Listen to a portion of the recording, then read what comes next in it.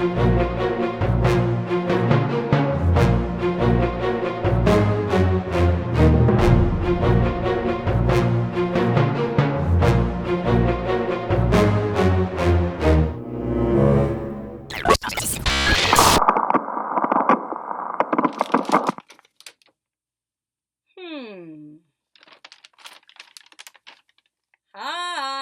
Wonderhussy here. Why am I looking at a map? I've been looking at a lot of maps lately because I'm about to set off on another adventure, and this might just be my greatest adventure yet. Where am I going?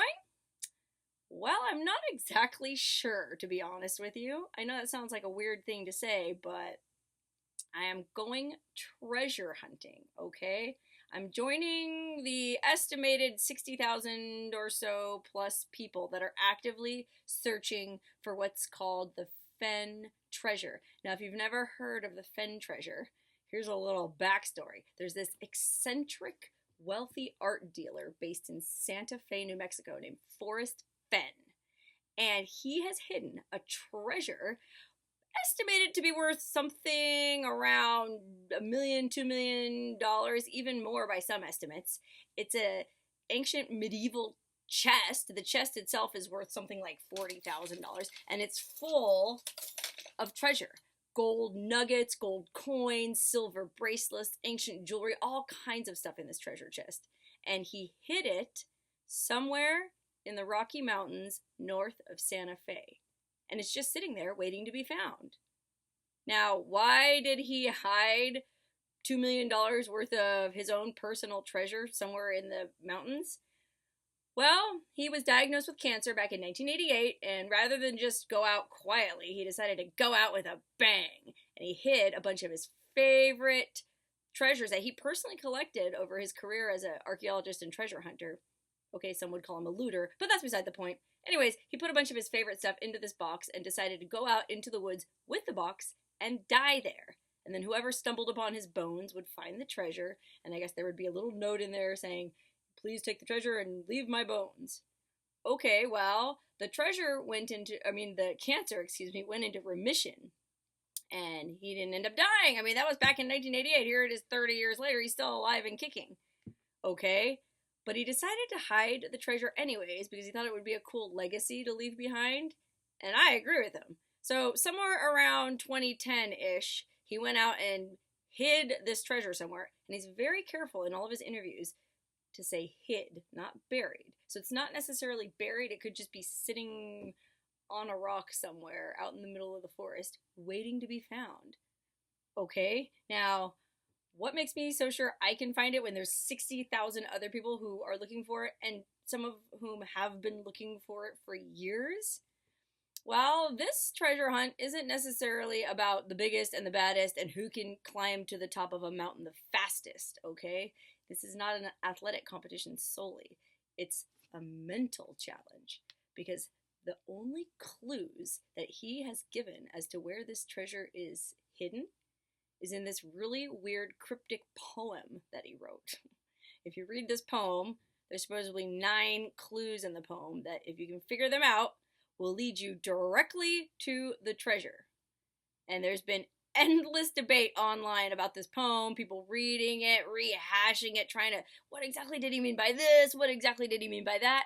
Because he's a very canny person. And he said himself that it took him something like 15 years to write the poem, and every word is specifically chosen, precisely chosen, right? So it's almost like the poem itself is a work of art. Here, I'll read you the poem right now, and you tell me what you think. As I have gone alone in there, and with my treasures bold, I can keep my secret where, and hint of riches, new and old. Begin it where warm waters halt, and take it in the canyon down. Not far, but too far to walk, put in below the home of Brown. From there it's no place for the meek, the end is ever drawing nigh. There'll be no paddle up your creek, just heavy loads and water high. If you've been wise and found the blaze, look quickly down your quest to cease, but tarry scant with marvel gaze, just take the chest and go in peace. So why is it that I must go and leave my trove for all to seek? The answer is I already know. I've done it tired, and now I'm weak. So hear me all and listen good. Your effort will be worth the cold. If you are brave and in the wood, I give you title to the gold. Okay, that's pretty fuzzy. I'm not exactly sure what he's talking about in any of that, but I don't know. You're supposed to begin it where warm waters halt, so I don't know. It sounds like a hot spring to me. And if you know anything about me, you know that I love my hot springs. But that's all kind of beside the point in a way. I mean, I'm in the custom, or I've adopted the custom of taking the summer off every year because it's too freaking hot in Vegas. So my sister and I go out exploring every summer to a different state. Last year we went to Wyoming and Montana. Year before that we went to Idaho. Year before that we went to Oregon. So we were going to go to Colorado this summer anyways. So I thought, why not make it a little bit more fun, kill two birds with one stone kind of thing, and look for the treasure while we're out there. Now, I'm not sure the treasure's in Colorado. He has stated many times in interviews it's in the Rocky Mountains, at least 8.25 miles north of Santa Fe. And he's excluded certain states that have parts of the Rockies in them in Canada. So basically, he has said that it's either in Wyoming, Montana, Colorado, or New Mexico. One of those 4 states. All right, well, I already went to Wyoming and Montana last summer, so I don't really feel like going back up there again. So I'm going to look in Colorado and northern New Mexico. I have a really good friend who lives in Taos anyways, and I'd love an excuse to go visit him. And I've been wanting to check out Colorado because, hello, it's amazingly beautiful. So me and my sister are doing some research right now into possible areas where we think this treasure might be hidden. I mean, realistically, do I think I have a chance of finding this thing this summer? I mean, I guess I have as good a chance as anybody, although I haven't spent nearly as much time researching as some of these other searchers. I mean, some of these other searchers are crazy. They are reading into every line in the poem, and they have these endless discussions online, rehashing and history books and this and that. And to be honest, Forrest Fenn himself, the guy who hid the treasure, he has said, don't overthink it, you don't need any special tools or any weird equipment. He was 80 years old, or close to 80 years old, when he hid this thing. So it's not like it's up on some inaccessible cliff somewhere. He personally carried the treasure to this spot. And he said it took him 2 trips from his car to get it out there, but that he did it all in one afternoon. So that makes me think it can't be that difficult physically to reach, but the challenge is mental, getting into his head and figuring out where he would have hidden it. So the only clues, like I said, are the 9 clues supposedly in that poem, but he did also recommend buying his autobiography. Okay, I know that sounds like he's just trying to scam you for money, but the proceeds go to a cancer charity, so he's not making any money off the book.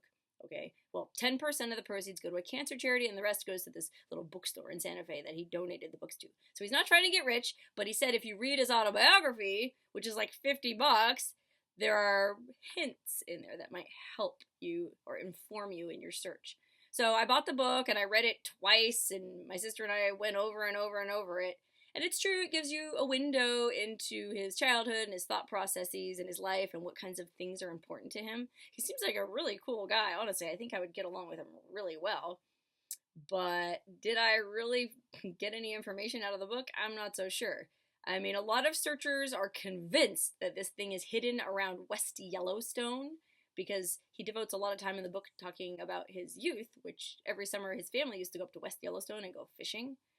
So a lot of people think that's where it's got to be because that's a place that's important to him. Well, like I said, I just went to Yellowstone last summer and I don't want to go back there again. I mean, I would. If my sister's doing most of the research because she's the brains of the operation. So if she really feels like it's in Yellowstone, I will go back up there again for sure to look for it. I'm open-minded. Hey, I'll go wherever. Have wheels, we'll travel. I got some money for gas. And if I find the treasure, hey, it'll definitely be worth it. So whether I end up going to Montana, Wyoming, or just hanging out in Colorado and New Mexico, I can't say. But what I can say for sure, without a glimmer of a doubt, is that I am in for the adventure of a lifetime, and this could be my most exciting summer ever. So stay tuned. I'm going to be updating as often as I can while I'm on the road. I'm going to be gone for a month pretty much. So I have some uploads scheduled to go up while I'm gone of some of the old explorations that I've done. So never fear, you'll still have your exciting videos to watch. But I'm also going to try to do some live updates from the road. So stay tuned. And if you have any ideas or information as to where you think this treasure might be hidden, please feel free to either comment below or email me directly at wonderhussy@gmail.com and let me know what you think. I mean, if you have some real serious legitimate info, holler at me. I would be very interested to hear from you. Well, until then, I'm signing off. I'll be back probably around August 20th, and I will give you a post-search update then, unless you happen to see me on CNN holding up an ancient treasure chest full of $2 million worth of golden jewels. Because that might happen too, and I certainly hope it does.